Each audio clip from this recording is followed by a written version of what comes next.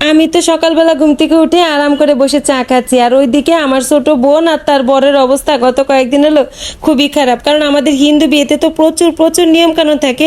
বিয়ের দিন ভোরবেলা থেকে শুরু হয় নিয়মকানুন। আর এই ভিডিওটা ছিল যেদিন ওরা দিরাগমনে আসছে তারপরের দিন সকালবেলা।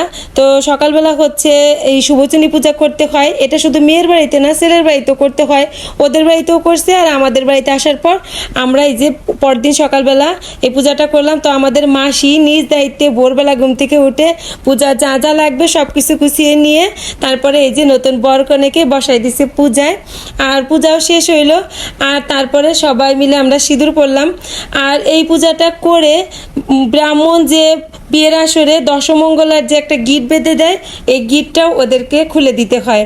তো এই যে আমি, আমার মাসি, আমরা দুজনে সিঁদুর পরলাম, আর বাড়িতে যারা যারা ছিল আমরা সবাই সিঁদুর পরছি। আর তারপরে ওদের গিটটা খুলে দেওয়া হয়েছে। আপনারা সবাই আমার ছোট বোনটাকে আর বোনের বরকে অনেক অনেক আশীর্বাদ করবেন। ওরা যেন সব সময় সুখে শান্তিতে জীবনযাপন করতে পারে, ওরা যেন অনেক সুখী হয়।